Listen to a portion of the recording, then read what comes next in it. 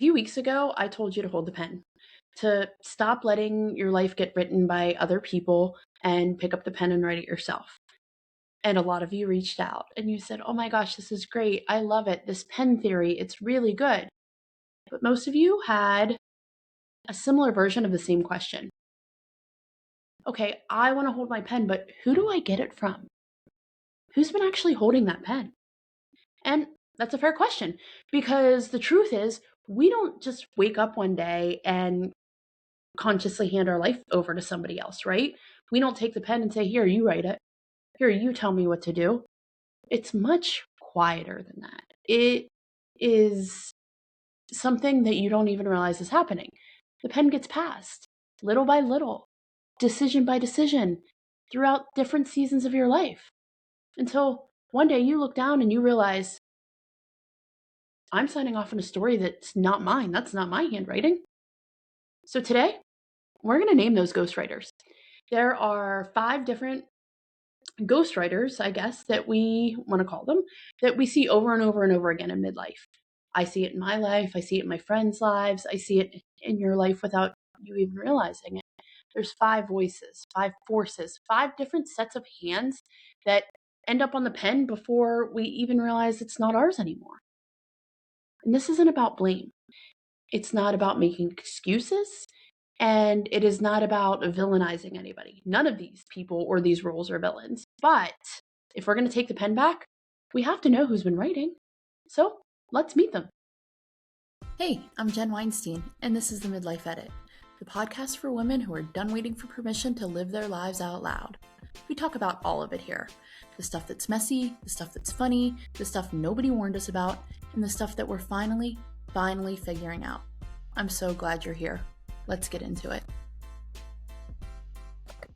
Welcome back to the Midlife Edit. As always, I'm your host, Jen Weinstein, and today I sound a little gross and nasally, and I apologize. I'm just getting over this cold or cough or whatever. If you read my newsletter, I even said I kind of feel like Phoebe Buffay in that Friends episode where she wants to get sick because she really likes her voice and makes her sound better. I think mine makes me sound worse, but we're here and we're pushing through. I really wanted to get into these ghostwriters because ever since the day on July 4th that I was sitting writing in my journal and I saw that, I had the same question that you did. Okay, who's been holding that pen? Who are the people in my life who have written my story for me? And again, it's not that they're doing it on purpose. Maybe some of them are, but it's just kind of what has happened. And when you're a woman in midlife and you start to realize and you start to look around and go, "Oh, okay, well, this part of my life, this person was doing it, and then it's really eye-opening, honestly." So I'm going to get into it. And the first one we're going to talk about is the family. The first ghostwriter isn't just one person, it's your family. And I understand that families are different. Families look very different, and everybody's family is a little bit different. In fact, I even heard the other day, and I thought it was really a really cool way to look at it, is that if you have siblings, not one of you has the same parent as the other one does. You don't have the same experience as the other one does. You have different parents because they parent you differently. Even though you think everything's uniform, you may come from a very uniform place. You still are in different seasons of their life, right? Even if you're only a few years apart. So I thought that was really interesting. But the first ghostwriter and in the family aspect of it, for me, looked like my immediate family that I shared a house with, right? My mom, my stepdad, my sisters, and my brother, and then kind of our extended family too. You know, everybody that was around, whether it was my grandparents or my biological father who passed away when I was 22, so like the first 22 years of my life, or aunts and uncles and whoever, your family, right? And here's the thing that nobody tells you about growing up in a family. You don't just inherit looks, right? You don't just inherit the eye color or their laugh. Or, I mean, even if you were adopted, you still get their mannerisms, right? Because you're with them all the time. You inherit their opinions of you. And I know that sounds really weird because when I'm thinking about somebody's opinion of me, it usually has like a negative connotation to it, right? But before you even realize, or before you're even old enough to know the difference between this is who I actually am and this is who they think I am, it's you start to have your own opinions or you start to like your own things, but because maybe your immediate family doesn't do those or doesn't like them, it's like there's this quiet filter running in the background, right? So you see a reaction to something and then you filter it out because that's not what my family does. Or you bring somebody else bring somebody else to the mix. You bring a spouse home or a friend home and they don't like that person, so you kind of filter that out. I'm always and I say I always thought, but like still to this day, there is this part in the back of my head where what will my mom think? What would my stepdad say? Would my sisters approve? Would my brother think this was ridiculous? Every decision was passed through somebody else's approval process before it ever reached mine. And I had a conversation with a friend over the weekend, last weekend, about this too, about how we are in our 40s and we still feel like we can get in trouble by our parents. I know that sounds ridiculous, right? And I don't know if that's a thing that every generation goes through. But our Gen X, Zennial, Millennial minds think that we can still get in trouble. And so for a long time, I either took the advice and the comments and the expectations and I went with it, or I knew that they weren't going to approve or align with something. So I almost rebelled and did it anyway, or did it in a much more ridiculous way, uncouth way, I guess, just to see if I could get that attention. And I know that that sounds like an excuse or ridiculous or whatever, and that's something that I can work on my own. But, like, for example, huge on music. My family, yeah, they like music, but they were a big sports family. I was not. So, seeing my favorite band 70 times sounds ridiculous to them. And I don't want that to be my story. My story is I want to go see that band 70 times because that's what I love. And I want you to hear quotation marks when I say I took advice, because sometimes it wasn't advice at all. Sometimes it was just, honestly, just the next chapter of my life already being written for me. And underneath it all was something that I didn't have language for until much later in life. I just always felt a little bit outside. Like, and I don't, not dramatically or like it in some Lifetime movie. I just felt a little bit on the outside enough that I was always trying to adjust myself to fit what I thought everybody else expected. And again, if I didn't fit into that column, then I went to the extreme. I went to the different side. I was going to get their attention one way or another. Not an excuse, not an excuse for bad behavior or anything that I've done in the past growing up, or but the more that I think about this and who was holding the pen, the more I realize I was trying to earn belonging instead of asking why belonging felt conditional in the first place. So here's what I've learned. Families rarely hold the pen because they're trying to control you. Most of the time, especially when it comes to our parents, they're writing from their own script, their own fears, their own upbringing, their own definition of love. Sometimes love looks like guidance, and sometimes it accidentally looks like control. Sometimes it could look like jealousy because they wanted to be that person that you are. Or it can look like resent because maybe, they resent you for being that person that they never could. Um, Sometimes it just feels icky.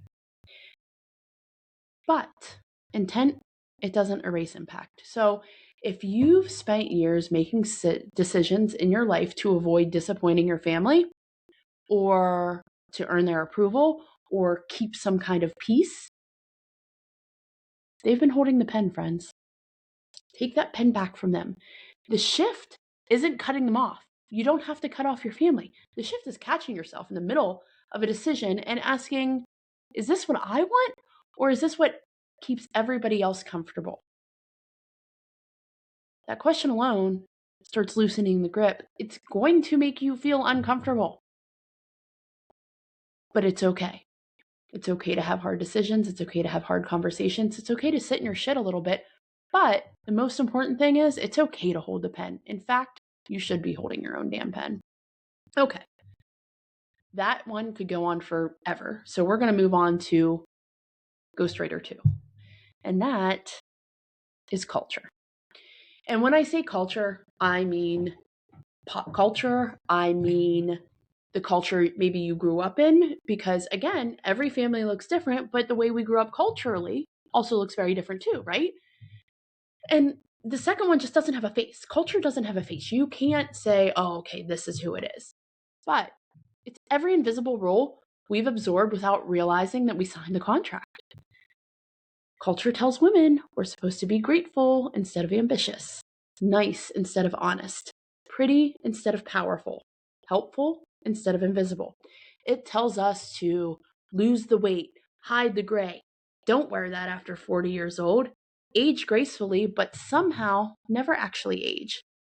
Be confident, just not too confident, because then you're going to come off bossy. Speak up, but don't be intimidating. Take care of yourself, but don't you dare make that a personality, and don't put that before anybody else. It's fucking exhausting. You never know what you're supposed to do to fit into culture's definition. And the most dangerous part of that all is that culture doesn't sound like an outside voice.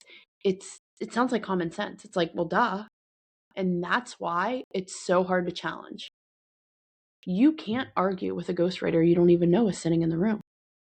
So next time you're getting dressed, or you're looking in the mirror, or you go to click buy on that newest fast fashion, think about it.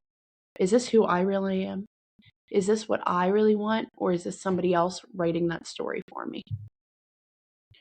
Again, another one we could go on for days and days about, and maybe we will at one point, but we're going to move on to number 3. Ghostwriter number 3 is the relationship. And I want to preface this with, this is not an anti-marriage segment. You all know I'm very happily married. This isn't an anti-relationship segment, because I actually think a healthy partnership is one of the most beautiful collaborations that we can experience. But collaboration and erasure can look surprisingly familiar, especially over time. So the relationship becomes a ghostwriter when compromising quietly stops being mutual. Think about that. Think about the last time, whether you're in a relationship now or you've been one previously, that you truly compromised and you felt like, oh, okay, we're both giving a little bit, right? When your preferences slowly disappear because it's easier and your opinions get edited before they ever leave your mouth, that is your ghostwriter. That is who's holding your pen.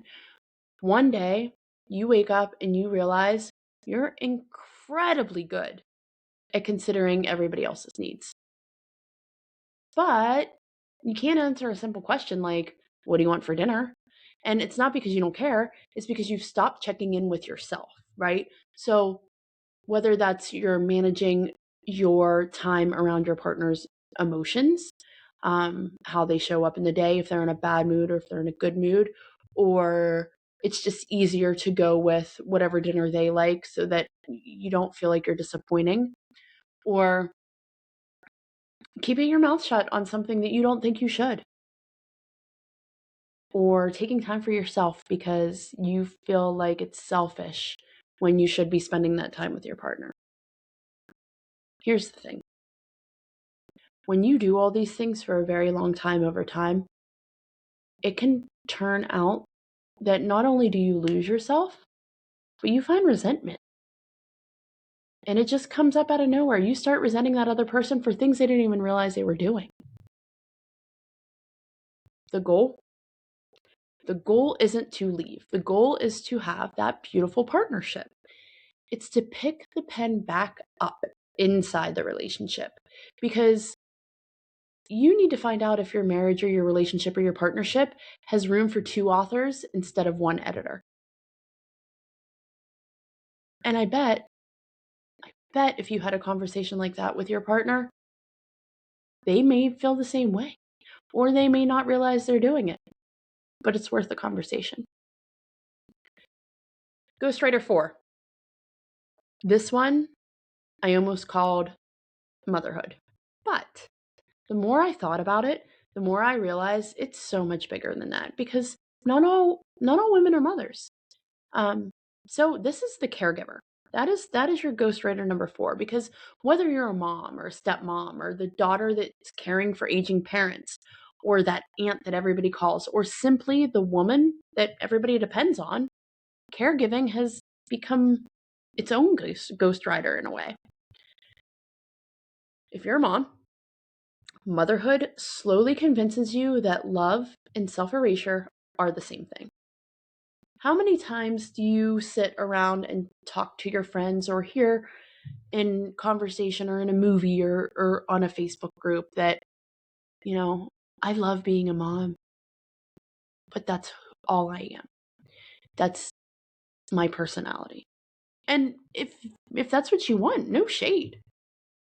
But you still have that person inside of you too, right? So when you become a mom, every decision starts rooting through somebody else. I mean, obviously, they're first, right? They're newborns, they can't take care of themselves. And then it comes to every calendar and every meal, every doctor's appointment, every holiday, every worry, every dream. Somewhere between soccer practices and permission slips and remembering everybody's favorite snacks or what they like this week for dinner, because it changes all the time. Your own ones, they fall to the bottom of the list. It's natural. Problem is, one day they're not on the list at all. And we as a society celebrate that. And I think that's total bullshit.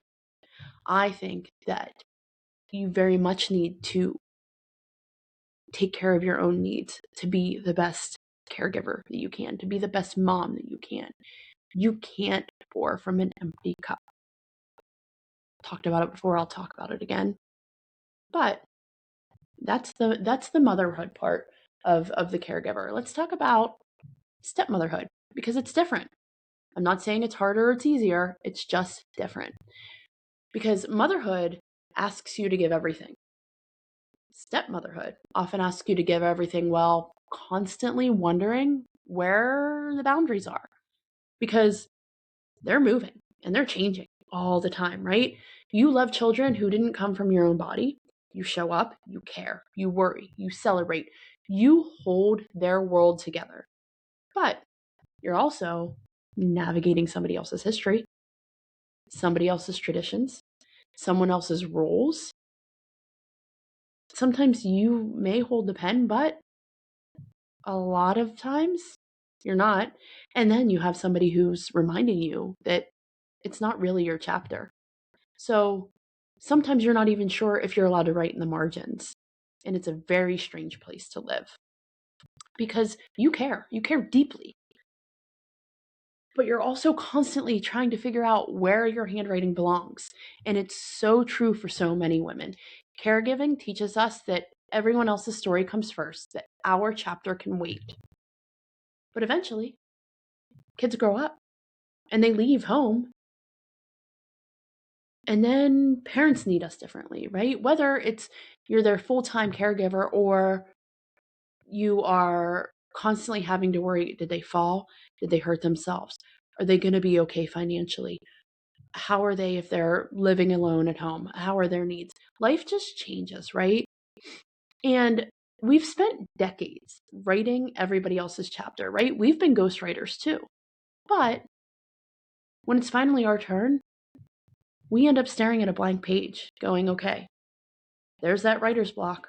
How do I write my own story? Ghostwriter number 5 is the job, the career. And when I say this, again, I want to be cautious when I say the job, because if you're a stay-at-home mom, that's a job too. And so when I talk about this latest ghostwriter or the last ghostwriter who wears a lanyard or a badge or maybe just lives in your laptop, I'm talking about all of us, whatever you consider your quote unquote job, right? And it writes through things like promotions and performance reviews and deadlines and titles and achievement, money, right? It quietly convinces us that our value equals productivity. So when you are taking a Saturday to yourself and you realize that you can't relax, does the job still have your pen?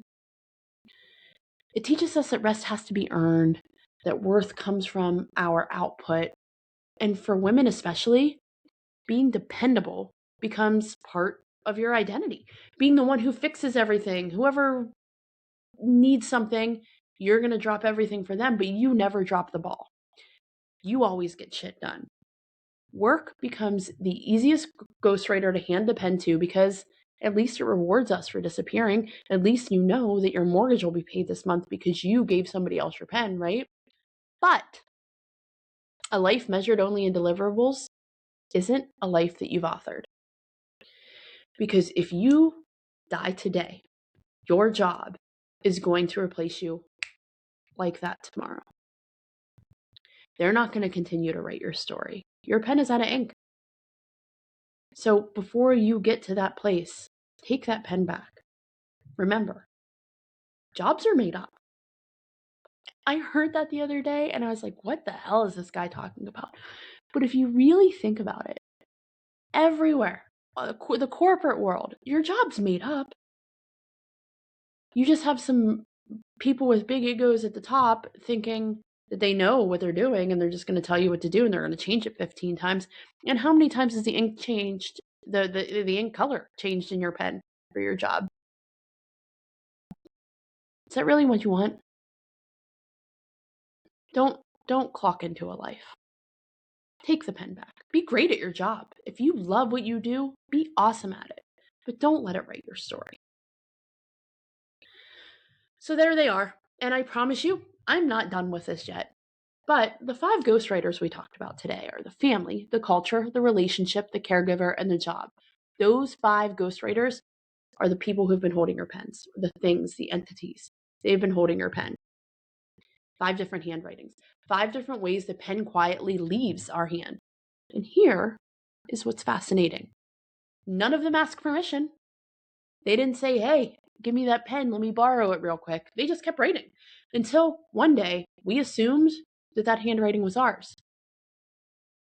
Think about it for a minute. I want you to hear this. None of these ghostwriters are villains. Most of the time, they were simply the closest hand to hold when we were young, or too busy or too overwhelmed or too tired to hold the pen ourselves. And that's not failure. We haven't failed. It's information, because once you know who's been writing, you can decide what happens next. You are now authoring that. I want you to understand that it's never too late to take that pen back. I say it all the time. It's never too late to do anything, to go back to school, to get a new job, to learn a new hobby, to pick up the guitar for the first time. You're never too old and it's never too late. So it's time for you to write your story. And if right now you feel like all you can do is a pencil because it has an eraser, do that too, because guess what? You're the editor too. Over the next few months, we're going to spend an entire episode with each one of these: the family, the culture, the marriage / relationships, the caregiver, and the job. And we're going to talk about why they write, why we let them write, and how we take the pen back. Wanted to give you the overview today. And I want you to pay attention.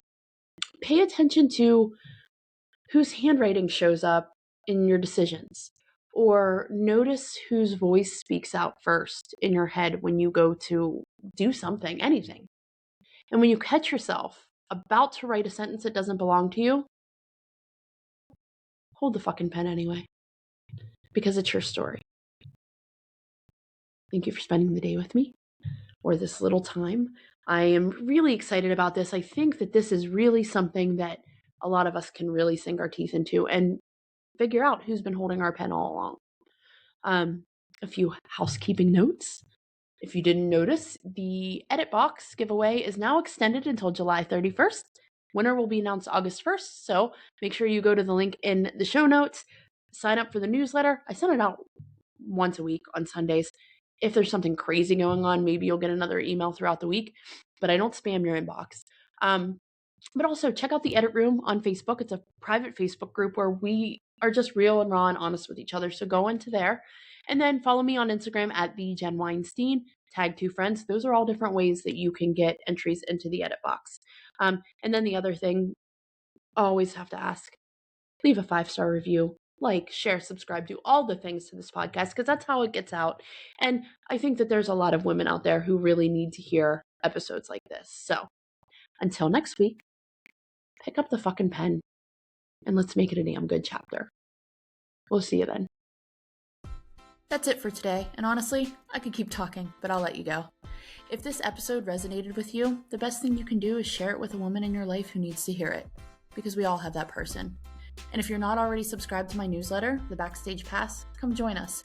It's where I get a little more personal, a little more behind the scenes, and a little more honest than I probably should be. You can find the link in the show notes. Thank you so much for spending this time with me, and I'll see you next Tuesday.